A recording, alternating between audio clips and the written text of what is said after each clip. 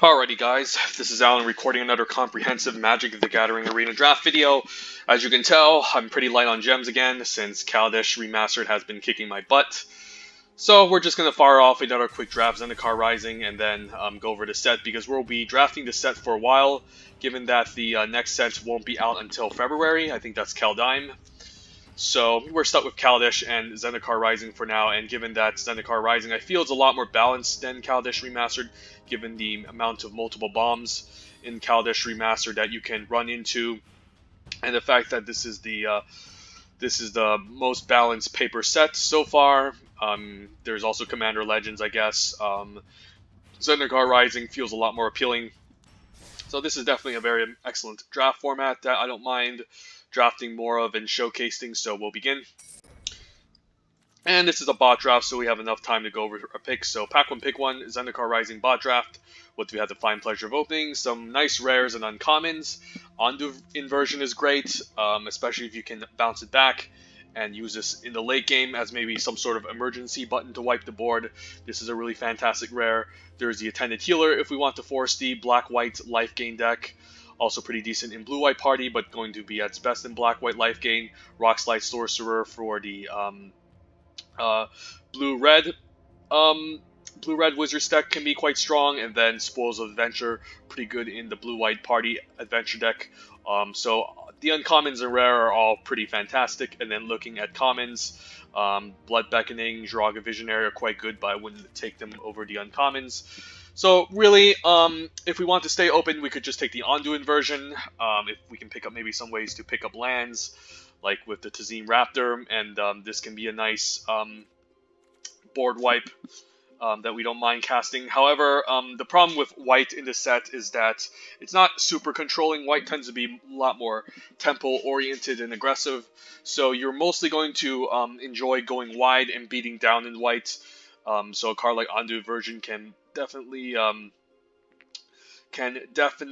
have some issues regarding the philosophy of white in this set, which wants to again curve out and beat down. It can be kind of awkward just having this in your hand and not being able to cast this if you're head on board.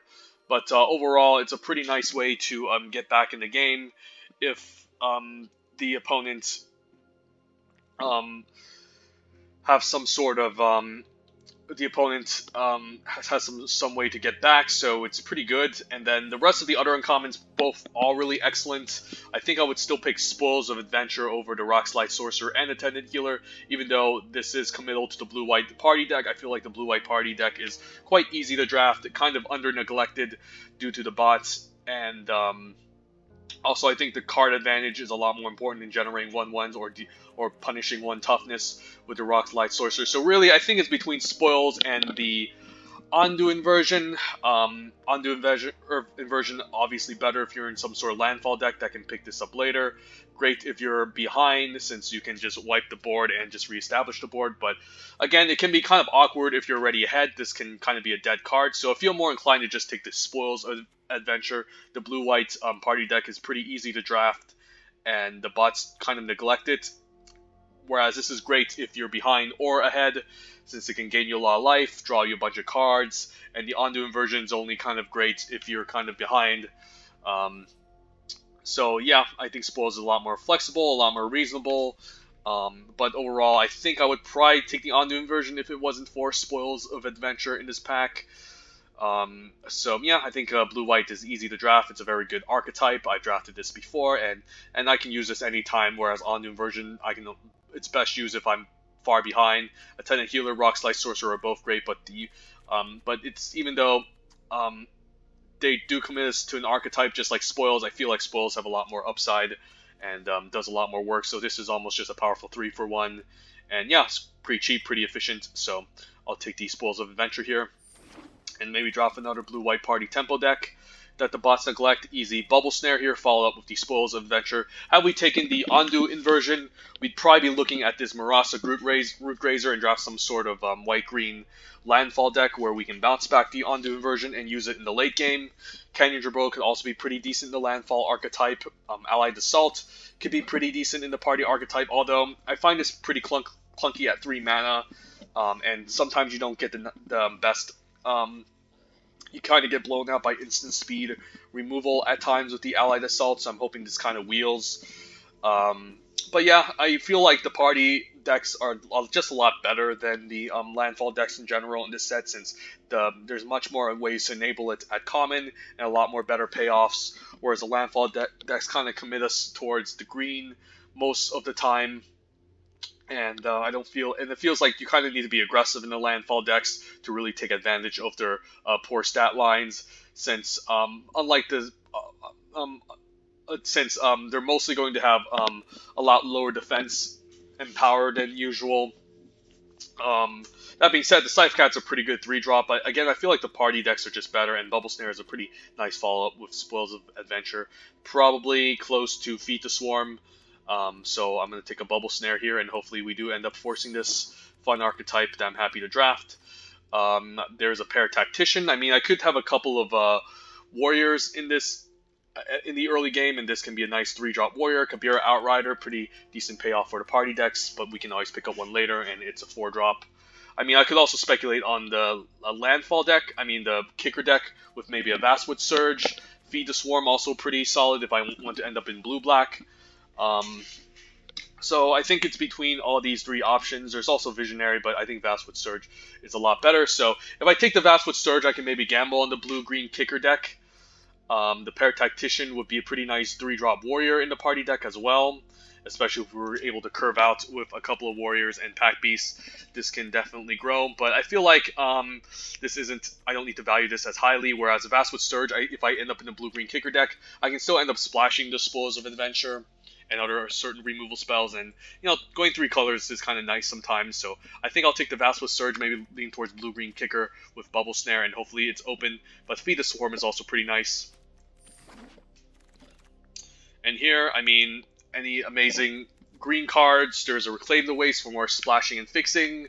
Kazandu's Stomper as a landfall creature could take maybe a Cunning Geyser Mage, and then we can still end up in blue-white party or blue-green kicker, and this is quite a nice 3-drop, being able to cast as a creature / spell. So I like the Cunning Geyser Mage. There's also Tazim Raptor if we want to stick with the landfall plan. If we had taken a pack 1 pick 1 Ondu inversion, we'd probably be it would have been Ondu inversion into Marasa Rootgrazer into maybe Vastwood Surge and now Tazim Raptor. Here Cunning Geyser Mage can still keep our options open. It's just a good 3-drop.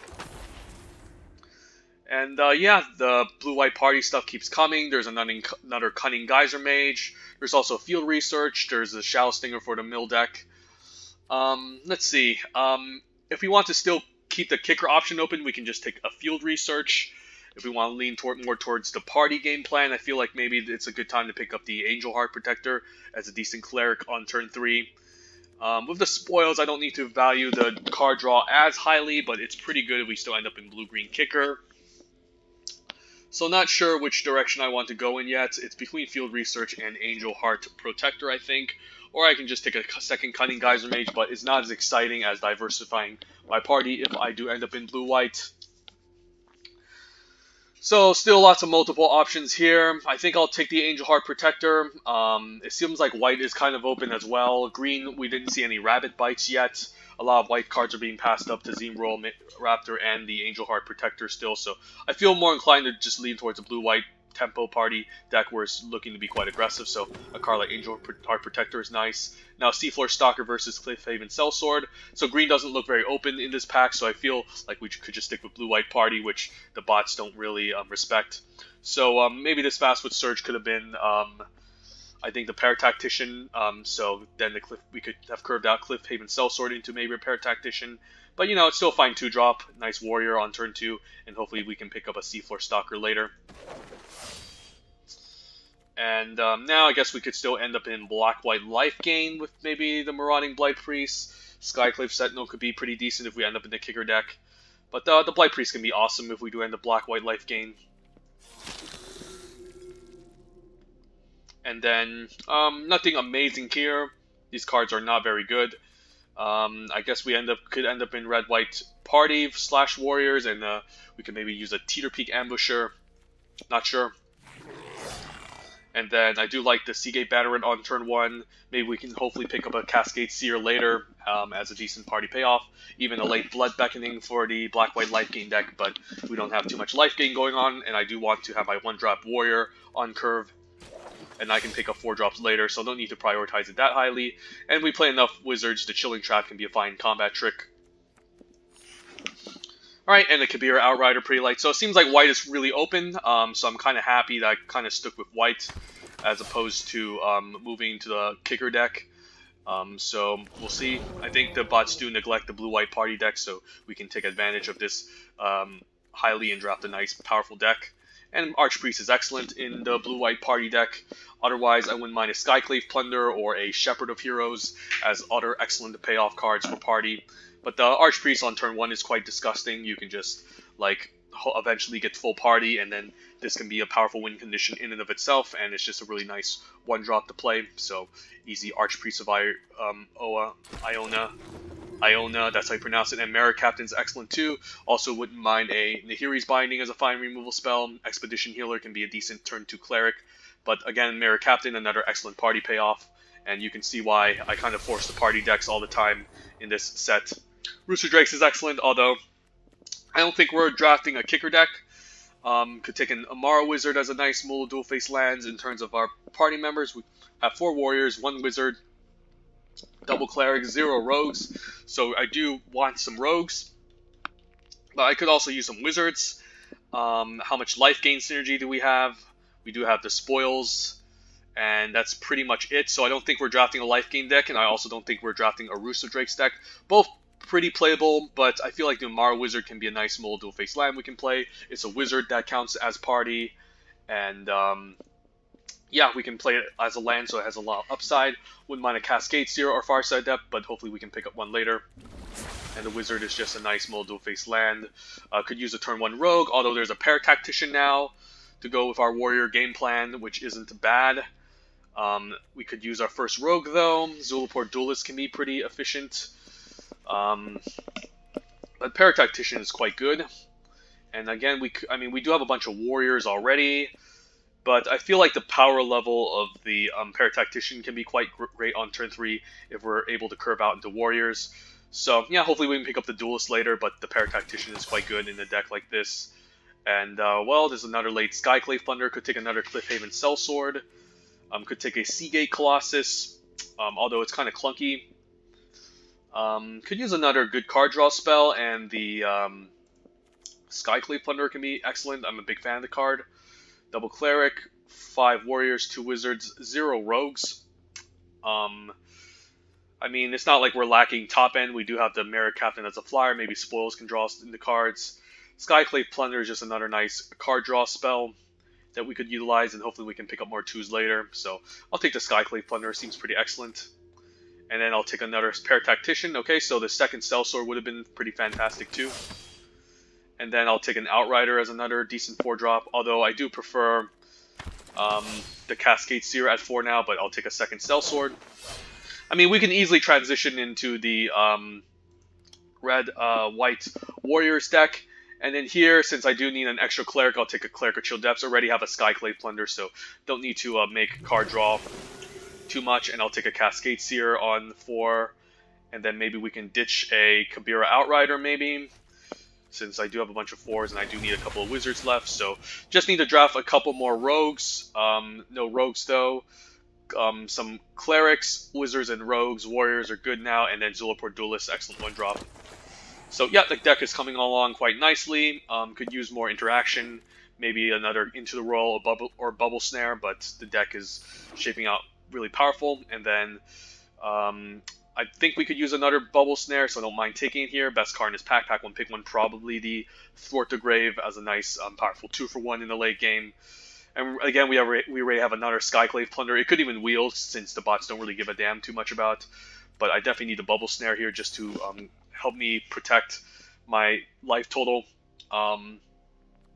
Expedition Diviner can be a fine Warrior. 3 Wizards, 3 Clerics. No 1 Rogue, so I think we might need the second Rogue. Not sure. The Expedition Diviner is fine, but we have enough 4s. This is fine, but we have enough 3s. I feel like we might need the second Rogue just to have a little bit more party. But overall, the pack doesn't seem very exciting. And then a Pack Beast is excellent. can enable more party members. Shadow Skull Minotaur is great. Wouldn't mind like a Field Research or CK Colossus, but could use a good 2-drop being the Stonework Pack Beast. And could use another rogue, but Practice Tactics is pretty excellent in the party decks. And again, I could use more interaction. It seems pretty solid in this deck. 2 rogues, more like 3 rogues with a Pack Beast, 8 warriors, 4 wizards, 4 clerics. So at least maybe 1 more rogue, and we're fine. But we have a decent amount of 3s already, so no need for cutting Geyser Mage. And Practice Tactics is just very excellent in the party decks. Now I can just take a Farsight Adept as a decent filler 3-drop. Could use another Cleric, although it's not very good. I can still take it here. Don't think we have enough wizards for the Relic Amulet, but I'll take a Cleric. And then I could use a Glacial Grasp as a fine tempo play. Might even need to main deck it, although another Zulaport Duelist can be pretty decent.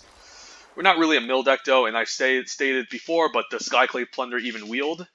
I mean, I might need some top end with the McKinney Ox now that I think about it. Or just play on another Kabira Outrider on turn 4. Not sure, but I don't think we need a second Skyclave Plunder, so I'll take a McKinney Ox as a fine 5-drop. And then no need for Resolute Strike. I think this deck is really good, and yeah, bots don't give a damn about blue-white's party, so again, we're going to take advantage of that situation and play a nice aggressive curve-out beatdown deck. So we just need to look at our curve of creatures and top-end cards. I think I'll count the Skyclave Plunder as a turn 5 play because I'm mostly going to play on turn 5 Umara Wizard. Also a turn 5 play. 4s are decent. Could cut a 3-drop from this deck. I think we need the Glacial Grass. I think I'm cutting a Duelist. I do want to play 2 though. Bubble Snares, so I do want to have at least a decent amount of early game and at least 2 rogues in the deck, so 1 Zulaport Duelist can go. The 2s are looking fine. 3s, I could cut 1. And in terms of 3s, which one do I cut? Maybe I just cut a Pair Tactician. Need the extra Wizard, I think. Need the extra Cleric, I think. Or I can just cut a land. Is that insane, cutting a land? We do have Skyclave Plunder to refuel. Pair Tactician is quite good, but it's not guaranteed. I'm going to curve out with Warriors constantly. And I do want to make sure I hit my land drops, because it can be kind of annoying if I don't hit my land drops, although we do have a bunch of 1s already. How much mana do we need? I mean, Spoils is going to be mostly 4 or 5. We have a bunch of 5s, which are okay. Kind Geyser Mage we can kick on 6. But we just don't have too much mana sinks. I guess Seagate Banneret is a mana sink. Bubble Snare on 4 can be fine.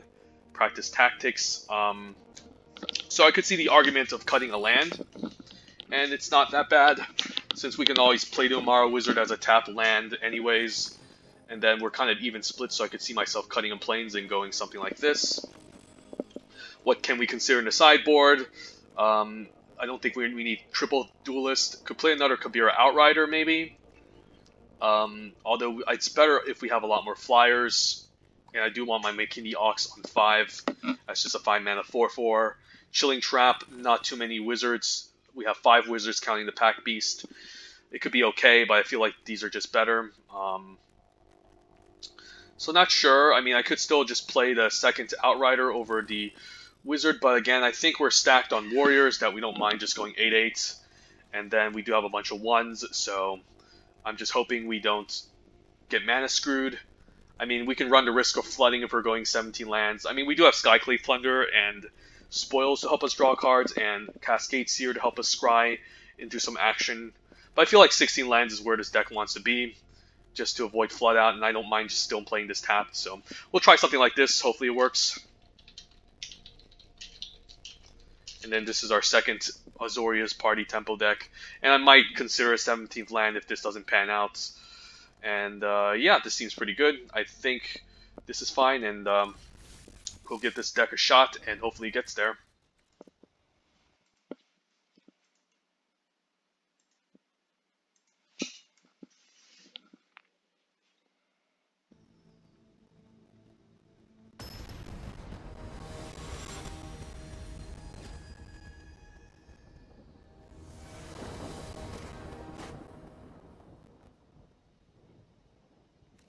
Pack 1, pick 1. We can Duelist into Cleric. But, you know, since I'm on the play, I guess I'm keeping. I don't feel like I need to duelist unless I want to mill my opponent. Because this isn't going to work unless I target something, and I can use this as a combat trick maybe. Turn 2 Warrior would be quite nice here. And then turn 3 Paratactician would be great, but we'll just leave a Cleric. And now, kind of regretting that I'm going 16 lands because I could use a 17th land here. Opponent in the blue-black mill deck, although there's a Relic Amulet for the Wizards. But yeah, nice 3-drop, so didn't get punished.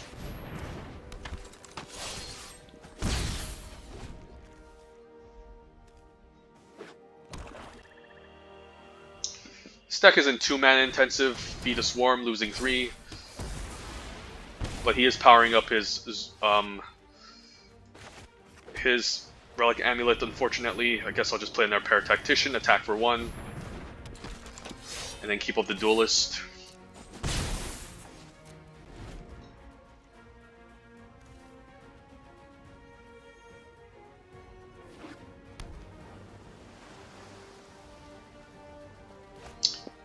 Acquisitions Experts, okay. I guess you can have my Duelist. I mean, he could just block and use this next turn, so not sure. Yeah, not sure what I want to give him. The Duelist could have its moments, so maybe I'm fine just ditching a Glacial Grasp, although Glacial Grasp replaces itself. Yeah, I guess I'll ditch the Duelist, and I'll just Glacial Grasp away the Acquisitions Expert and attack for 4 next turn. Hopefully no Mind Drain next turn. Practice Tactics isn't bad, but I'll Glacial Grasp here. And then we'll save the Practice Tactics for something else. So then he's unable to block and use a Relic Amulet to finish off the Paratactician. And then I can still keep up Practiced. I mean, I still have Practice Tactics mana open. Not sure if it's going to do anything. I could have Practice Tactics on the Acquisitions Expert. Sure, I guess he just wants to power up the Relic Amulet and prevent some damage from happening. Sure. So that's a 2-3, pretty annoying, so he might just use a Relic Amulet to prevent some damage.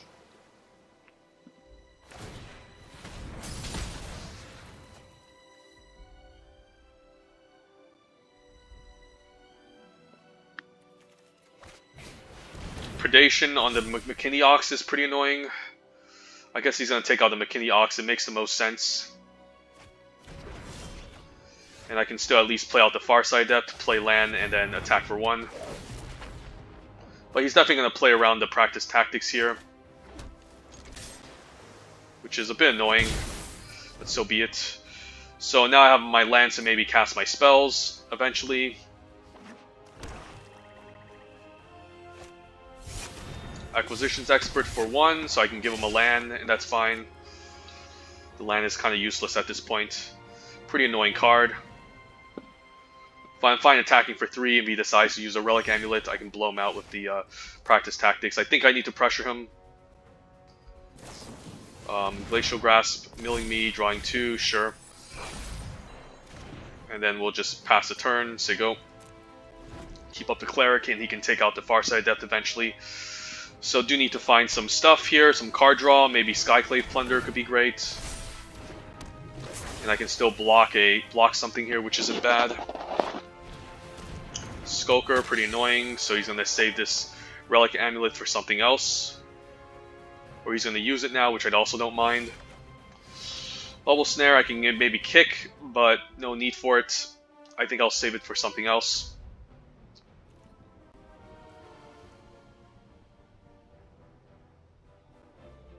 I can still practice for 2, so I don't mind using on the Expedition Skulker if he decides to be aggressive here. And the Mara Wizard isn't bad, just as a nice spell I can play. Maybe should have considered keeping up Practice Tactics mana open, but I guess I'm fine taking 2 still. Unfortunately, Bubble Snare doesn't enable it, but it can still be a fine win con. And I'll just take 2 here, and hopefully he doesn't have anything. I guess I'll just block the 2-1 and then take the rest, because I'm afraid the opponent could have some sort of dumb trick here. I think he wants me to block for the Amara Wizards, that's why he decided to attack with all. I feel like that's the reason. Blood Beckoning to kick the Tazim Royal Mage and get back, that's pretty annoying. And getting back the Blood Beckoning. So I might just lock down the Tazim Royal Mage with the Bubble Snare now that I think about it.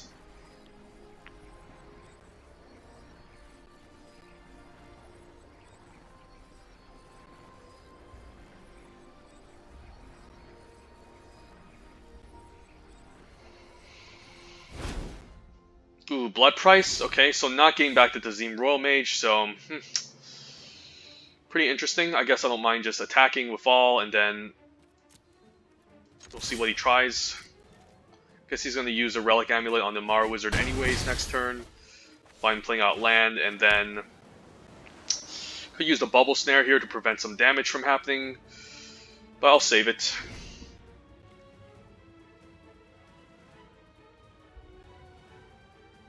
Still ticking 2, so if once I get a flyer going, this won't be bad. Yeah, I'll just use it on the Skulker. And I think this is a much more reasonable kill because he could, because it has Death Touch and I can't deal with it, so I'll take 5. He can take out my Mara Wizard, but he'll go down to 2.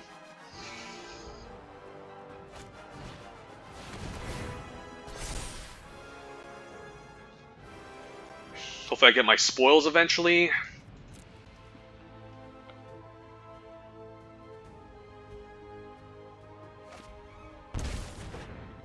But he probably found enough removal here.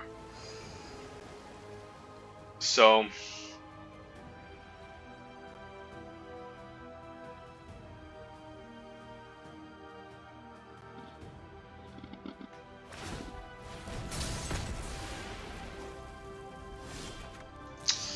alright, I guess I'll have to keep the Cleric on defense. I could attack for 1, but I don't think it's worth it, so we'll just say go. Use the Cleric on defense to hold everything off, and hopefully I don't die. And I get better playables. I do have 2 card draw spells left in my deck. But the Tazim Royal Mage with the Relic Amulets and the Blood Beckoning is going to be quite annoying, so I guess Glacial Grasp here to attack for 5 from the opponent's was his reasonable play, so hopefully he doesn't mill my card draw spells. And he didn't, so maybe he needs spoils to catch back up.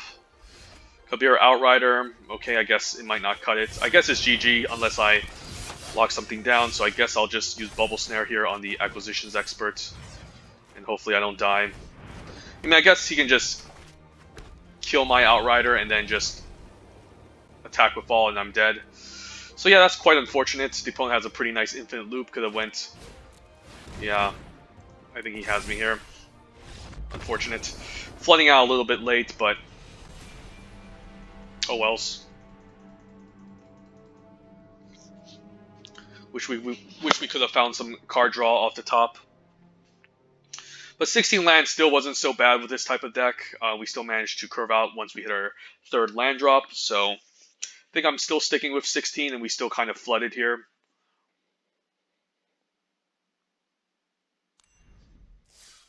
So just need to hopefully not flood out and find our card draw spells. What's this? Maybe I add in something. Do I just want to add another Outrider? Probably not.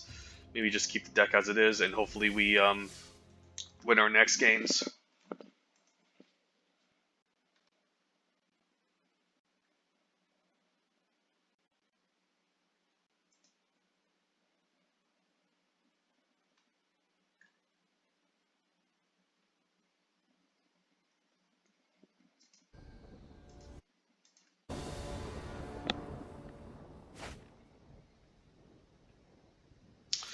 Opening hand, yeah, very medium again, no 2-drops, but I'm keeping, since I have both my colors.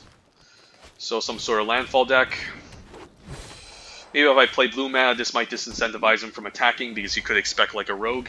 So I'm hoping he doesn't attack here, but if he does, it means that he's not afraid, so... Opponent shows no fear. Nara Colony, maybe I can lock that down eventually. Okay, spoils could be okay. I'll play land and pass. Maybe play out Paratactician, take 3 next turn, and then hopefully set up something to offset the life loss. But opponent didn't miss his land drop, so not bad. Rabbit Bite would be pretty annoying here, but we'll see. Fine with the attacks, no blocks.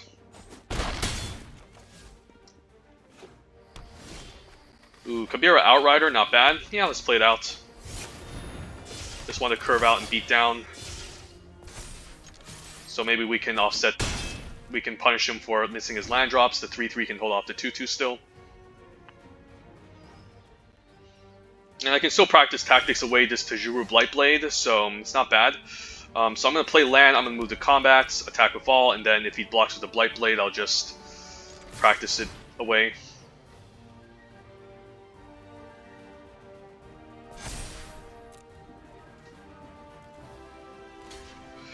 Hopefully no Might of Marasa, but it's still okay if he does, because it will still result in a trade.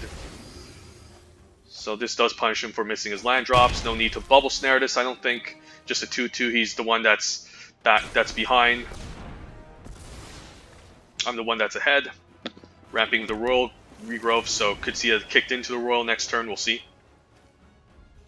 Maybe it kicked into the Royal, holding off the Pair Tactician. But the McKinney Ox plus land next turn can be quite nice. I can still tap something down, use Bubble Snare on it. And then attack, and that's still not bad. Could see a Bubble Snare, okay.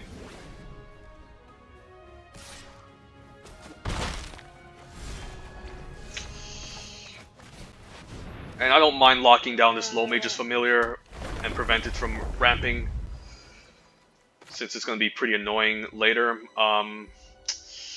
Yeah, I mean, it's pretty annoying now. I mean, I can still use, like, the land next turn to tap something down, so this is fine.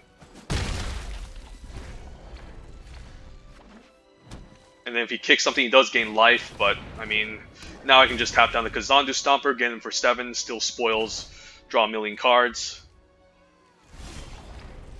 So we'll just leave with spoils. I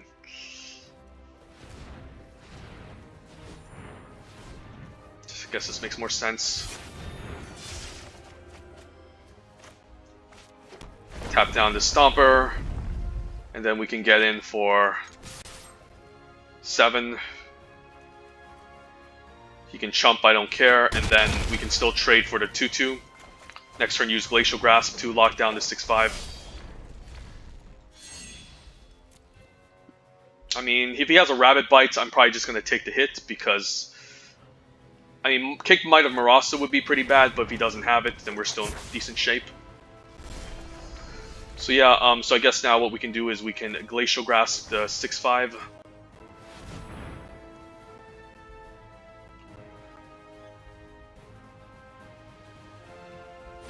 Okay, Shell Shield, pretty annoying. I mean, I guess I can still get in for lethal, since he can only block 1 maybe, I don't know. Not sure. Guess I'll just, if I landfall, tap something down, attack with all, I guess he can still get a pretty good block, so I guess I'd just rather just develop the board and keep my lands in hand for next turn. We'll say go.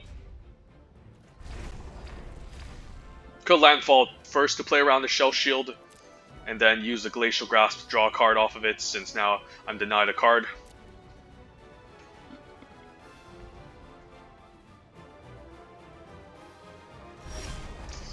Okay, Duelist isn't bad, but now we can landfall, tap down the Stomper, and then we can Alpha. And then we'll go for it, and if he tries any tricks, we'll just use the Soulport Duelist. But it seems like a pretty reasonable attack here.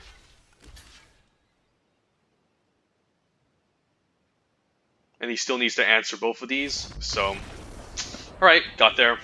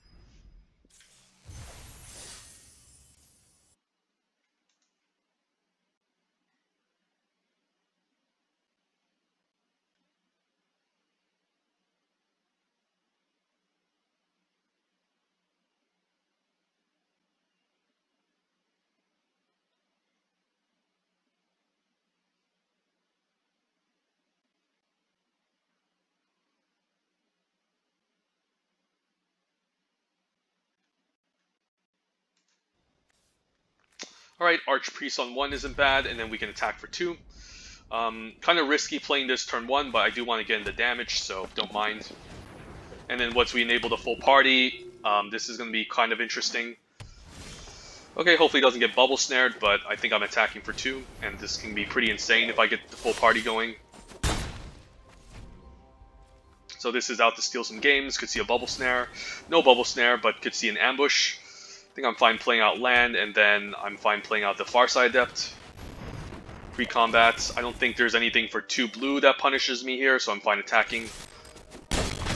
And yeah, the Archpriest is about to get full party enabled next turn, so this could be kind of disgusting. Maybe the opponent just prompts a quick concession. Marasa Brute, not bad.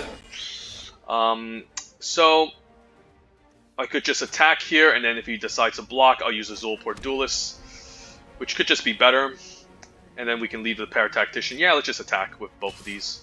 If he blocks, I'll just Zulaport Duelist here to punish him, and then we'll have the full party enabled. And then Paratactician will be broken, so... yeah, this deck is gross, and the opponent's flashing red, so some sort of teamer kicker deck. Yeah, this is about the most disgusting opening hand you can draw. Now I can give something +1/+1 in flying at the beginning of combat, so pretty much have this game closed out already, and the Spoils of Adventure for 2 mana is pretty insane too. So not sure how the opponent is going to beat me, but he would need to answer the Archpriest plus a whole army of creatures here, and the Paratactician is also going to grow, so... Stonework Pack Beast, okay. Yeah, I guess we just spoils main phase for 2, which is insane. Yeah, it's pretty much game over. I don't think the opponent can recover from this. Move the combat, we'll pump the Archpriest. And then I guess I'm fine attacking with all. I don't care about losing the Seagate Banneret because he's just pretty much dead at this point. So he's probably dead anyways with this trade. Yeah, this is so gross.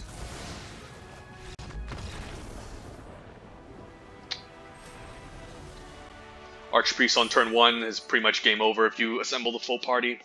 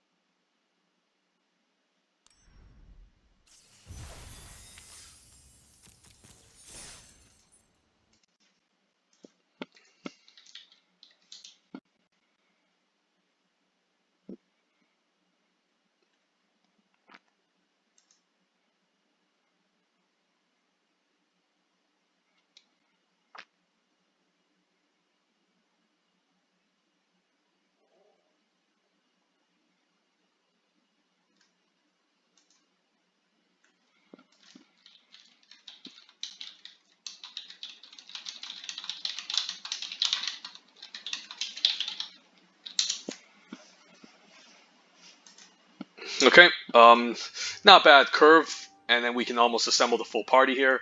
Seems pretty good. Guess this can count as a wizard and cleric. Opponent also, ooh, ChefFranco.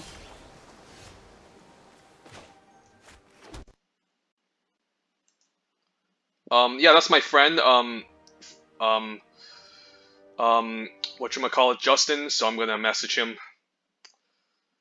Let me. So I'm gonna message him. So I apologize. This is gonna be a pretty interesting game. Stupid Facebook Messenger.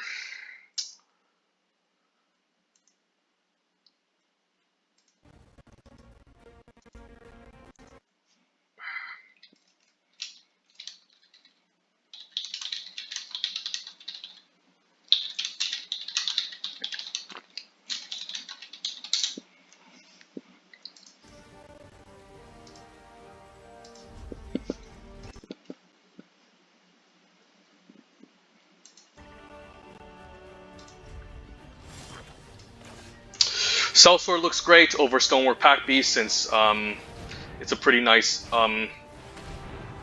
it's a nice curve into Paratactician.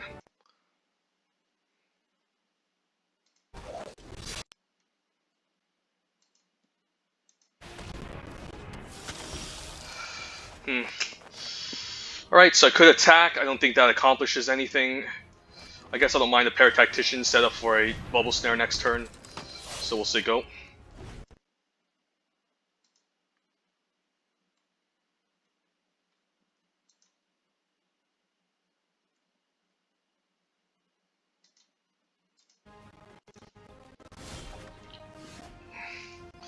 Gotta take a screenshot here. I mean, I could just block the 1/4, honestly. I mean, or use the Duelist. Let's see. I mean, kicking the Bubble Snare isn't bad too, but he could have some sort of trick. So I feel like it's more better to just maybe set up for the turn and not be too hyper aggressive. And then we'll just pass.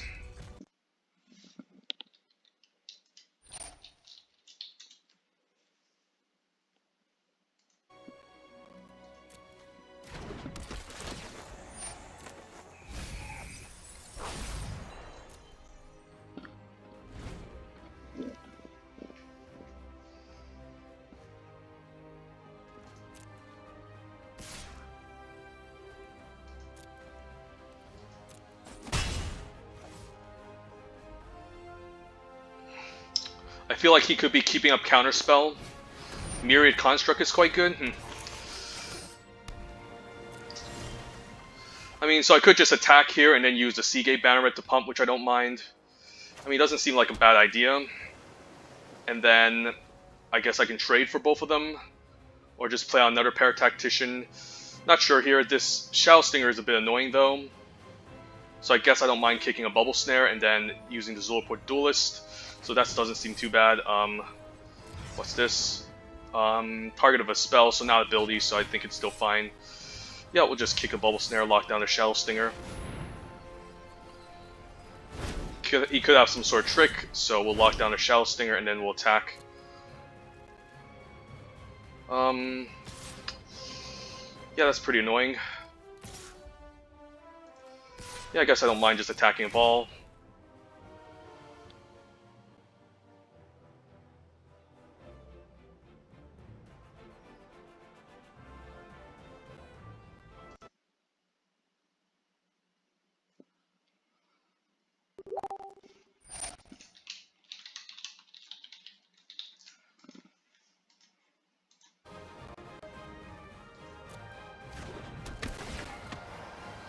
I guess he's going to try to use down me, and I'm going to try to ambush the Myriad Construct as well. Sure.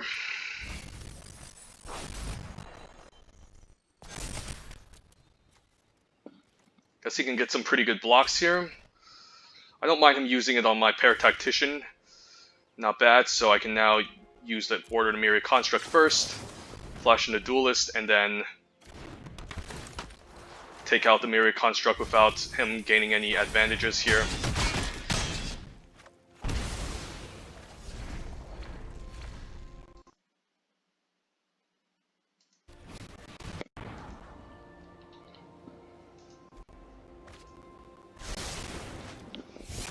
Stalker is okay. I can still pump my team and get in for a nice attack. I don't mind him attacking the 2/2. I can just attack with both of these.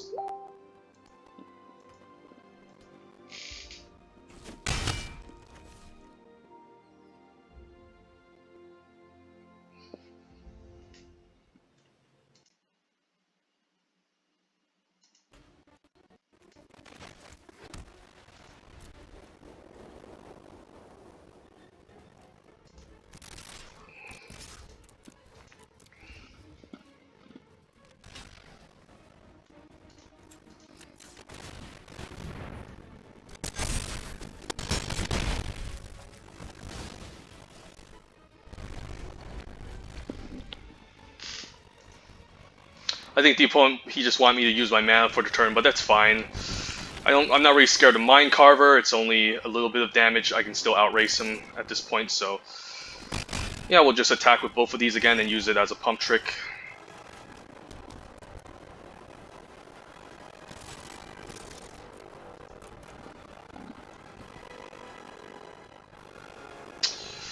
So if I use the pump trick, I mean, it's a lot of damage, so I don't actually mind. So how much mana do I have? 4, 5, 6, 7, 8. So, I mean, 4, 4, 5, 6, 7. So it's 7 damage. If I pump how much, this is going to be 4, 5, 6, 7, which is not bad. So yeah, I could just let damage happen or pump. Pumping is not bad though. Yeah, we'll just pump. And he could have an instant here, but this is fine. It's just a lot of damage. So fine if the opponent decides not to block here and stop giving me free wins, I'm going to message him.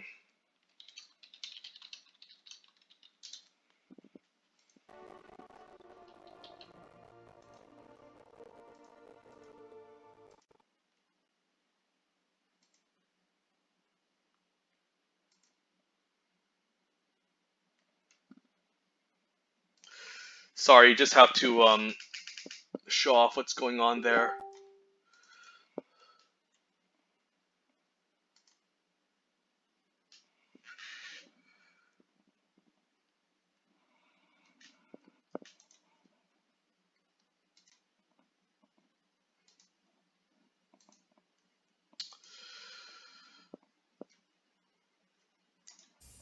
So if you guys hear Messenger, it's not your computer, it's just me playing against one of my friends.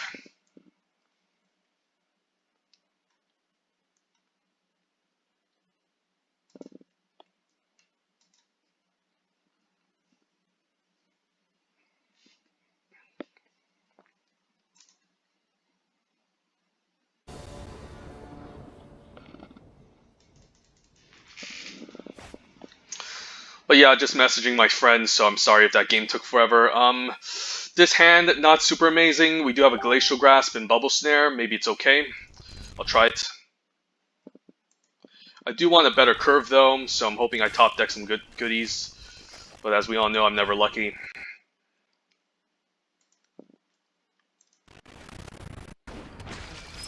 Yeah, we'll play our 1-drop, and I'm fine taking 1 still. And then maybe we can Glacial Grasp something, or Bubble Snare this 1-1. It's a bit annoying, but I think I can outrace him if I'm aggressive enough. Honestly, I don't care about this too much, so I don't need to worry. And then, yeah, I could Bubble Snare this into Cliffhaven Sellsword, but we'll be on attacks, and we'll see where we end up first. And then we'll play the Cliffhaven Sellsword, and then the Bubble Snare doesn't seem too bad, because he might just keep the 1-1 back to hold off the 3-1, so it's not bad. Locking this down can might make him play out another creature and threats. Sentinel, okay. I could just attack with the 3-1. If he blocks, I'll just use the Duelist, and then we'll save the Glacial Grasp. Seems better than actually using it. And I also developed the party member, and I can use it end of turn on another creature. And milled some nice goodies in his Black-White Life Gain deck, so Attendant Healer, Relic, Amulet, both milled. Of course, he can get them back with eventually a, whatchamacallit, the Thwart the Grave or Blood Beckoning. Mind Drain, I guess I'll just ditch the Glacial Grasp now and the Umara Wizard. And then the McKinney Ox can still be quite nice. Mill the Iona Priest, okay. Cascade Seer can maybe get me a land and then scry a land to the bottom. Yeah, I don't mind the Farside Adept maybe into land into Stonework Pack Beast. I mean, that's quite good. Or I can just keep land for the McKinney Ox next turn, play it, and then...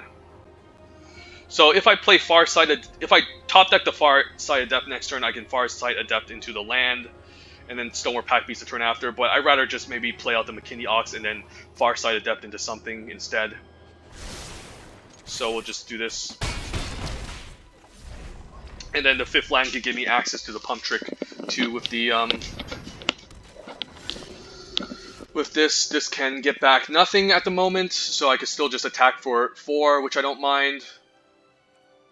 And then play out the McKinney Ox. So let's just attack here. I'm fine with the trade. Alright, no blocks, so we'll just play out the McKinney Ox, and then maybe we can draw into something, a land to tap this down and get in for lethal maybe next turn, if he isn't too careful.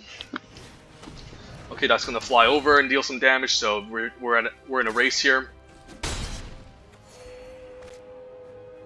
Okay, Blood Priest, sure. Let's Farside Adept. Yeah, this far side depth. Develop the board. And land isn't bad, so now I can tap it down. And then attack for a bunch. Hopefully no practice tactics. Opponent's down to 2, needs to stay back on defense, I assume. Shepherd of Heroes, pretty annoying, but he's only going to gain 4, which isn't a whole lot. Land isn't bad, so what do I want to tap down? Guess I'm fine tapping down the Shepherd, and then I could attack with all, but then he's just dead with the pump. So yep, McKinney Ox, not bad in the as a good curve topper in any white deck. Obviously doesn't have any great party synergies, but you know, just converting your lands into a tap trick can be quite nice in the late game.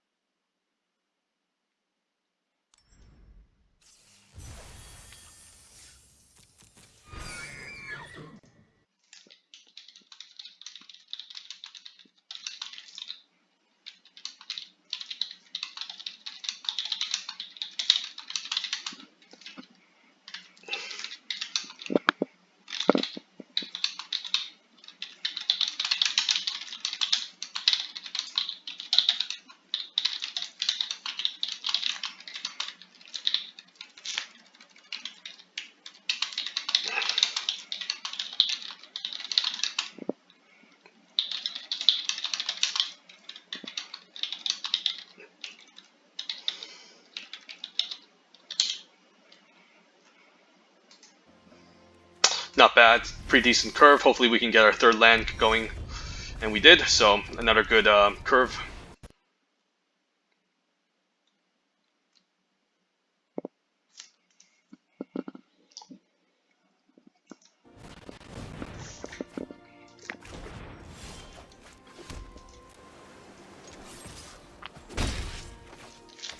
Just curving out here, assembling our party. I love seeing a Tormenting Voice on turn 2, that means he's just trying to hit his land drops.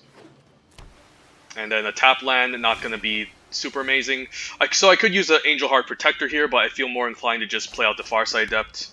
And then we can use the Angel Heart Protector when he has a better blocker to allow an attack to get past. So, and it's fine that I'm helping him draw cards because I'm getting cards too. So next turn we can Archpriest into Angel Heart. We don't have a Rogue yet, but it can be quite powerful once we do. Spitfire Lagak we can tap down with the Bubble Snare, and I feel more inclined to just do that right now. So just get rid of this and then attack in for 7. And this should be another quick victory, unless the opponent has a way to answer all my threats.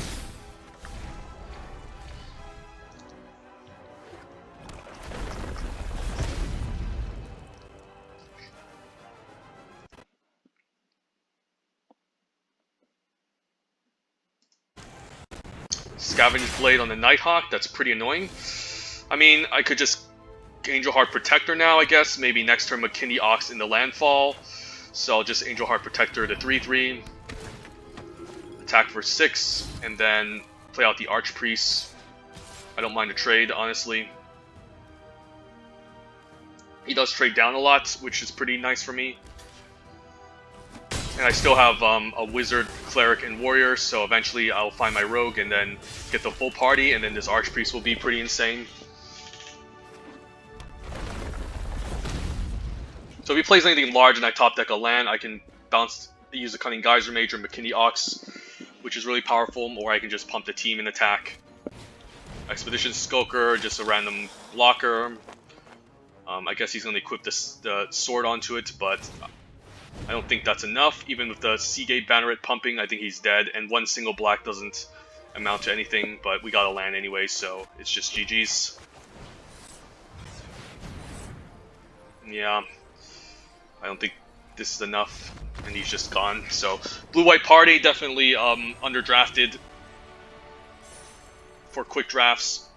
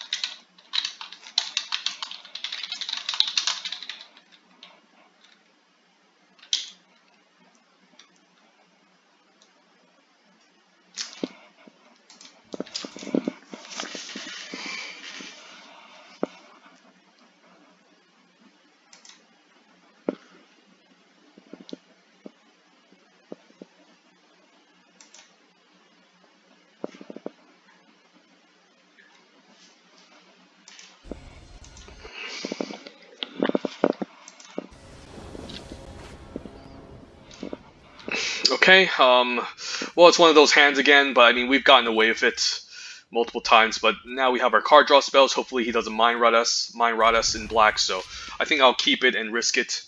But any 2-drop or 3-drop would be pretty excellent. Opponent also mulligan, but he could also be a very aggressive deck and punish us, we'll see. For keeping a weird hand like this is kind of clunky, so... Alright, yep, this could punish us if we don't find anything to answer this, and yeah, unfortunately we are just hitting a bunch of lands at this point, so hopefully no insane clerics. Oh, the core Celebrant is fine, he's going to gain some life, and this is going to be a little bit difficult to race at this point, but okay, the Cell Sword can maybe trade off, I don't mind. And then, I mean, I could just take it just to keep the warrior in the party, to get an extra scry and a discount with the spoils. I could just take it here, which I don't mind. I guess I'll take 1.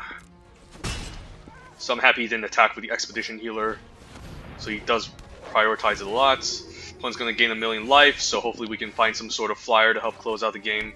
Cascade Seer is nice though, allowing us to scry for 2, and we'll bomb any lands that we find. Although I want a second Plains eventually. I think is a little bit too greedy, especially with spoils already. The Mirror Captain is great. Although the Plains will allow me to double spell. No, I think we just bomb the Plains, maybe play out the Mirror Captain. Or I guess I can spoils and then play out the Seagate Banneret. Do I want to risk it here? I mean, I could risk flooding, but we do have another Skyclave Plunder. So it's not clear what I want to do. I mean, I think I might want the Mirror Captain out, but he could just kill it, which I don't want, so it really depends. Yeah, we'll bomb the Plains, keep the Mirror Captain. I think it's a little bit too greedy not keeping the Plains on top, especially since we're kind of flooding here. And if he does answer the Cascade Seer, we could still Skyclave Plunder and draw 3. If he attacks like this, that is very strange. I mean, I guess that's very strange, so I could just take it here. Yeah, I'll take it here. It's pretty strange with this attack, I feel like, because he could have like a practice tactics here for 2. So I guess now I can spoils. Shouldn't have played land. Maybe I should use Skyclave Plunder. I don't know. Could just attack for 3. Maybe play out the Mirror Captain. And this can be a nice 3/3. Not sure. Maybe I can just plunder. Not sure. Or just keep everyone back. Yeah, let's play out the captain and let's just keep everything back. Maybe I'm fine trading next turn. Just to could see a subtle strike here in response. Yeah, I'll block with the 3/3 next turn, and if he tries anything, I'm fine baiting out the removal trick. Although now he has Vanquish, so yeah, I think he had maybe practice still. I'm fine blocking now, maybe. Although I do get a reduction on my Spoils of Adventure, so not sure.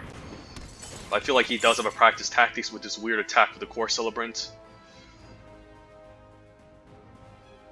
I guess he doesn't mind trading maybe one for the Cliffhaven Sellsword, but I feel like there's a practice tactics. So maybe I'm still fine taking 2 and then casting something else. So I could just plunder here, which seems pretty mana efficient, and then... Or I can use Zulaport Duelist and Spoils end of turn, which could be okay. Not sure. I guess the plunder isn't bad, since I still get full value, and then these cards are all looking very amazing. Could use a Plains, could use all this actually. Could be our Outriders, excellent. Cunning Geyser Mage, and then maybe Grasp is fine. Could use a nice interaction tool. This is 6 mana. Yeah, we'll take the Grasp. And then we'll say go. And if he uses a trick, I'll just Duelist in response.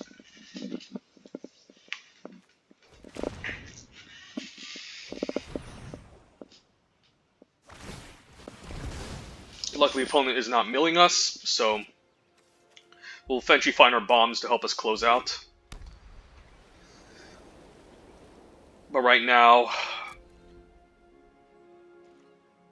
we just gotta take it slow, I guess, and then Plains is excellent, so now what I can do is I could play out the Outrider, but I won't have access to anything, I guess, Glacial Grass, but I guess I'd rather Outrider here. And then what am I fine pumping? I guess I'm fine pumping the Cascade Seer to get a nice attack, and then if he tries anything, I'll just use a Duelist. I mean, he could just... I guess he can't... This is not a good double block, so attacking for 5 is not bad. And then we'll see what he tries here. I guess he'll take 5, which is okay, and then I'll use a Glacial Grasp end of his turn, maybe.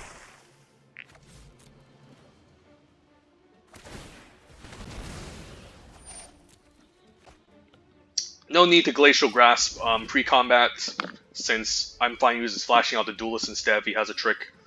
But I'll Glacial Grasp anything large he plays. I'm hoping no Scion of the Swarm, that would be pretty sad here. But 6 mana is a lot, so probably like a Ghastly Gloom Hunter. Okay, I'm fine tapping that down.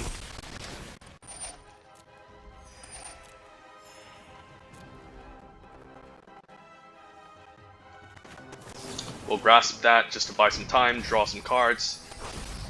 Mill the nice Seagate Colossus off the top. And then now I can play Plains into Seagate Banneret, attack with both, and if he decides to block, I can just pump, which is nice. I guess I don't mind trading the Cell Sword and pumping too.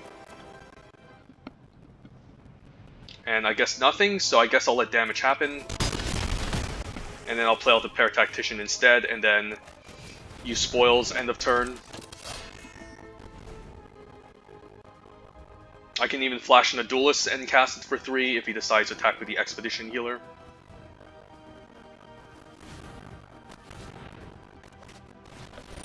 Sure. Opponent's playing triple Spare Supplies. I don't think I really recommend that. I mean, all they do is replace themselves. They're like 4 mana draw too, so I guess it's not bad, but it is pretty mana intensive. Sure.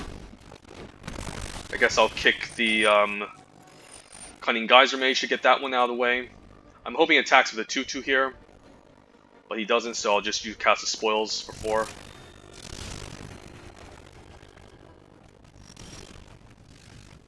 Ox isn't bad, so I guess I could Ox and then play land, but that's not going to be enough to deal with this. I guess I'd rather just attack with all, and then if he tries anything, I'm fine pumping and using the Duelist. So that's going to be up to how much lands? I'm going to have up to 9, so I can pump. But I can't do everything, so I guess I'm fine attacking with all, growing the Paratactician, and then leaving the Seagate Banneret to pump.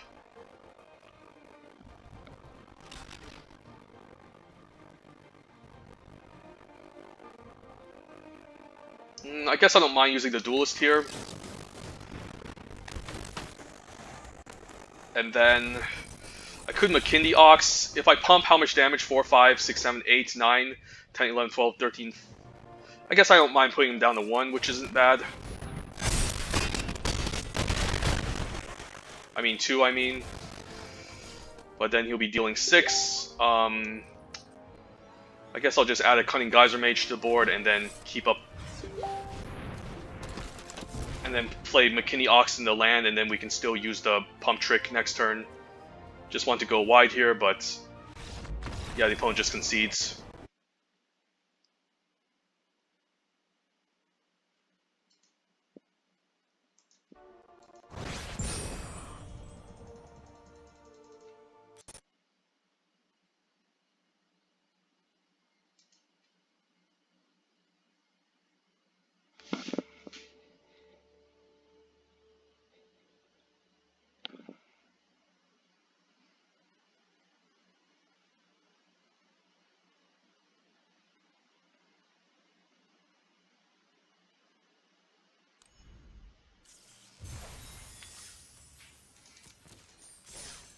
Alright, one more win, and then final boss. So we're going to make up the 200 gems again, and then maybe I'll fire off more quick drafts, since mostly we'll be drafting Zendikar Rising in the next couple of months, since I think Kaladesh Remastered is full of insane bombs. Kaladesh Remastered is a fine draft set, don't get me wrong, but it's just, again, the power level of it is incredibly high. Definitely a lot higher than Amonkhet Remastered. I guess Amonkhet Remastered has those insane gods, which are kind of unbeatable if they play them out. So that's even worse, maybe. So the thing I like about Zendikar Rising is it's definitely a lot more bomb, a lot less bomb heavy, and there's a lot of interaction and removal.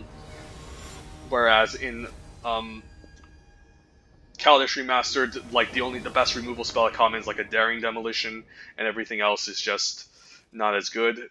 And here we can play turn 2 Cliffhaven Sellsword into Fireside Adept. Hopefully I get some lands, so... I think I'm fine leading with the Sellsword to just pressure the opponent a bit. Can play the Cleric to maybe play a little bit more defense. I guess the Cleric doesn't line up well against the Tajua Paragon. I'm fine trading the Sellsword since the 3-2 can hold off my Fireside Adept quite nicely, so this trade isn't bad. Could have a Subtle Strike here, which is even worse for me though. But I'm fine blocking. The Tajura Paragon can be pretty powerful if he has some insane party synergies going on. And then I'll just play out my Fireside Adept to draw into more action. I'm fine still trading this off, because I might just play, because I only have 2 wizards in my hand anyway, so trading off this isn't bad. If he has a Rabbit Bite, that's fine. I'll just play out a Cascade Seer, Scry 1, and then go from there. But yeah, I have a bunch of wizards, so the block to trade isn't bad. Visionary draws him a card too. This card is really excellent. So yeah, Iona Priest, not bad.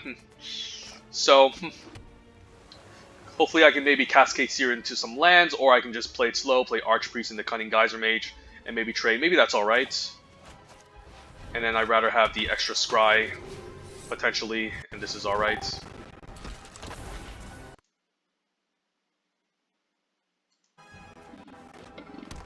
So the trade isn't bad. I can still Cascade Seer and hit some land drops, hopefully. Or I can just trade, or I don't have to trade maybe.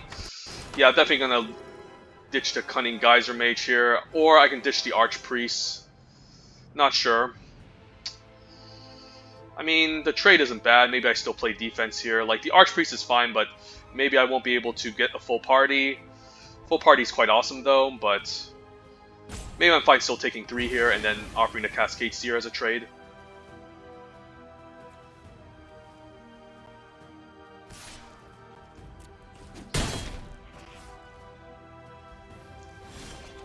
And then Kabira Outrider isn't bad, so... But the Cascade Seer can maybe sub for something juicy, so maybe I just play that first. And then we can still Scry 2, which is quite nice. And then, ooh, Zulaport Duelist, okay, so we can maybe assemble a full party eventually. And that's quite good. Unfortunately, I won't be able to... I'll have a Rogue, a Warrior, maybe need to land the next turn, so I can play McKinney Ox and then take 3 and go from there. Since the McKinney Ox will hold off the Draga Visionary, I don't have to worry that much. The trade here isn't bad either, but I guess the Drana Silencer puts an end to our game plan, so maybe I just trade now since this is not going to be super fantastic. And then McKinney Ox seems fine, and then we can Zulaport Duelist and Outrider next turn, hopefully.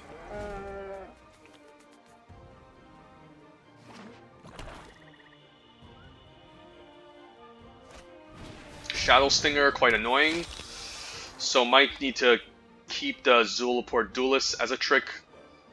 I'm fine using the Kabira Outrider as a pump trick, forcing him to tap down the Drana Silencer, and then using the Zulaport Duelist to finish everything off, so let's go for it here.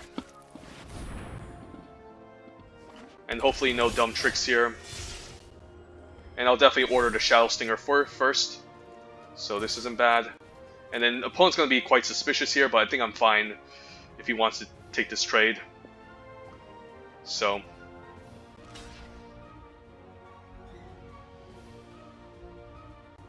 pass priority, force him to tap the Drana Silencer. We'll flash in the Duelist. And then we'll just neg-2 nego on the Shadow Stinger. And then this should be pretty hard for him to grow. I mean, you could have a pump trick, but this is fine. This is really nice for me. And I can still take 3, and then Next turn, I guess I can cast this, play the cleric, and then we'll have spoils for 3, which is quite nice. And then I can maybe top deck a land to tap this down and attack. Hunting Arbor Mage, forcing everyone to block the 3/2. I guess I'm fine with the trade. Ooh, that's quite nice. I guess I'll double block this, and that's still going to be a 2-for-1 for the opponent. So not bad for the opponent. Yeah, not bad at all. Clearing my whole party, but I guess I still have a 4/4 in play, and then I can even spoils end of turn if I want to. Yeah, we'll just tap this down, and then we'll cast the spoils end of turn.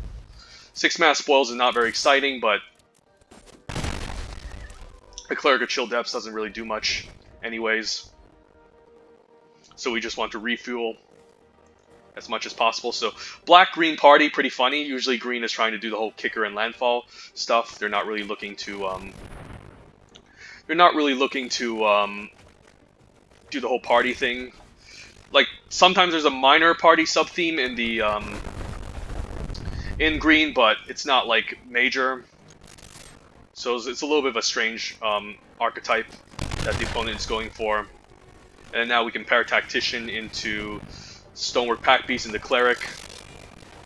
And then I can start beating down and then use the Silverport Duelist. That's a nice combat trick. You could see a Vanquish on the pair Tactician. But any land off the top would be pretty powerful now with the McKinney Ox, so we're doing very well. Base camp for his party, that's funny. And then I can just tap this down and then Alpha for lethal.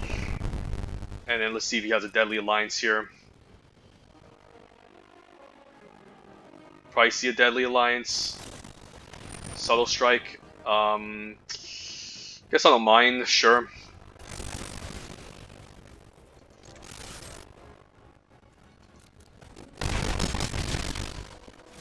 And I can still save the Zulaport Duelist.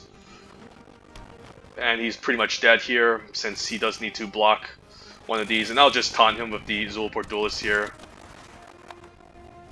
See what he could have gotten, a Blood Beckoning, so... Yep, good games. Nice 7 victory. 7-1.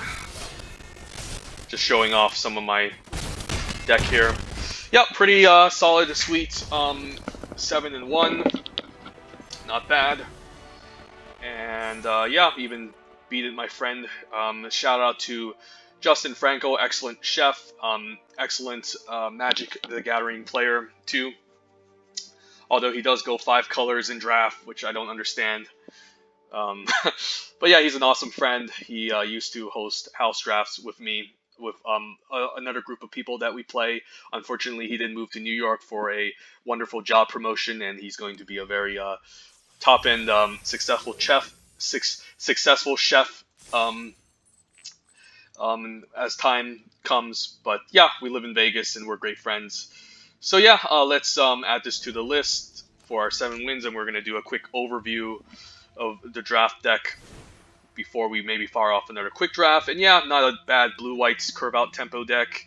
Not too much interaction. Usually in blue-white, the interaction isn't super fantastic other than a couple of bounce spells and enchantments to lock things down.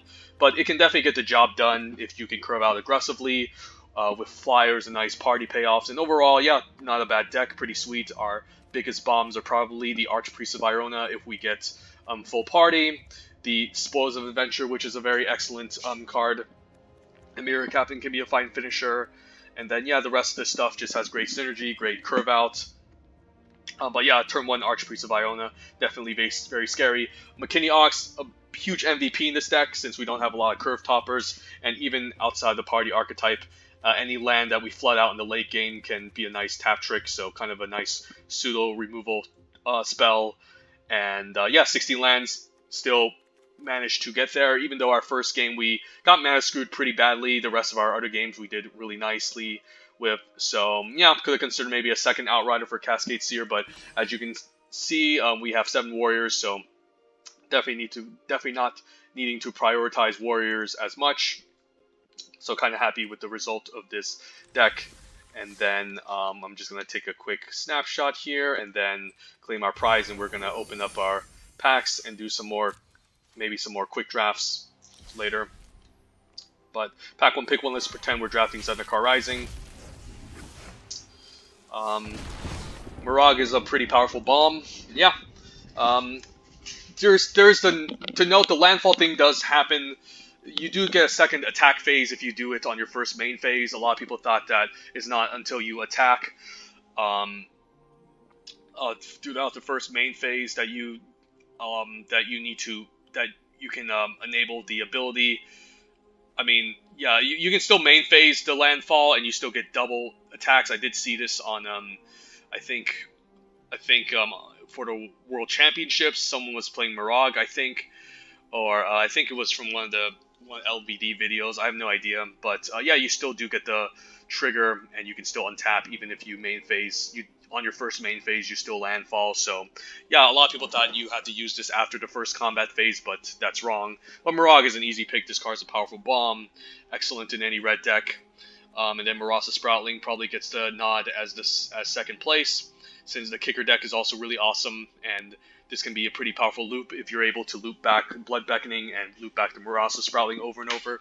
Pretty nice combo with the with some other kicker cards as well. Marasa Sproutling is just really powerful, an excellent 2-for-1, and yeah, 3/3 body, 3-mana 3/3 still pretty solid. Then at common, big fan of the Shepherd of Heroes, and then the Ardent Electromancer has been a powerful overperformer. Allied Assault can have its moments in the blue-white party deck too, but again, kind of clunky. Still playable, but not a hype. I would still prefer the Shepherd of Heroes in the blue-white party deck over it. But yeah, easy Mirage.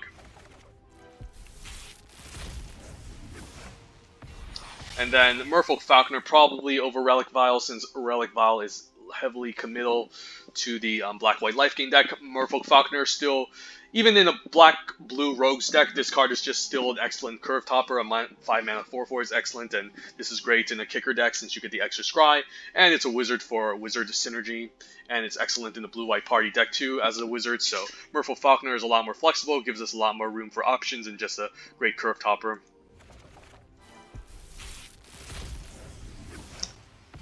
And then probably spoils over the Into the Road. This card is just really powerful, and I've stated previously the blue-white party deck is kind of neglected by the pots, and it's just very easy to build the party decks in general in this set. I definitely prefer building party decks over the landfall decks, because again, there's a lot of powerful payoffs at common, and enablers like this Malakir Blood Priest in the black-red party deck.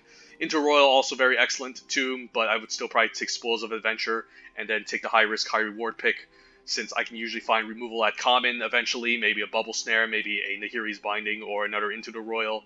So I think Spoils have a lot more upside. I don't mind pack one picking it, and then building around the blue-white Azorius Temple deck, since it's a pretty powerful and fun archetype. So, and let's crack the vault here. And then yeah, I could just do another quick draft Zendikar Rising, and then yeah, show off, maybe draft more party decks since the bots neglect them.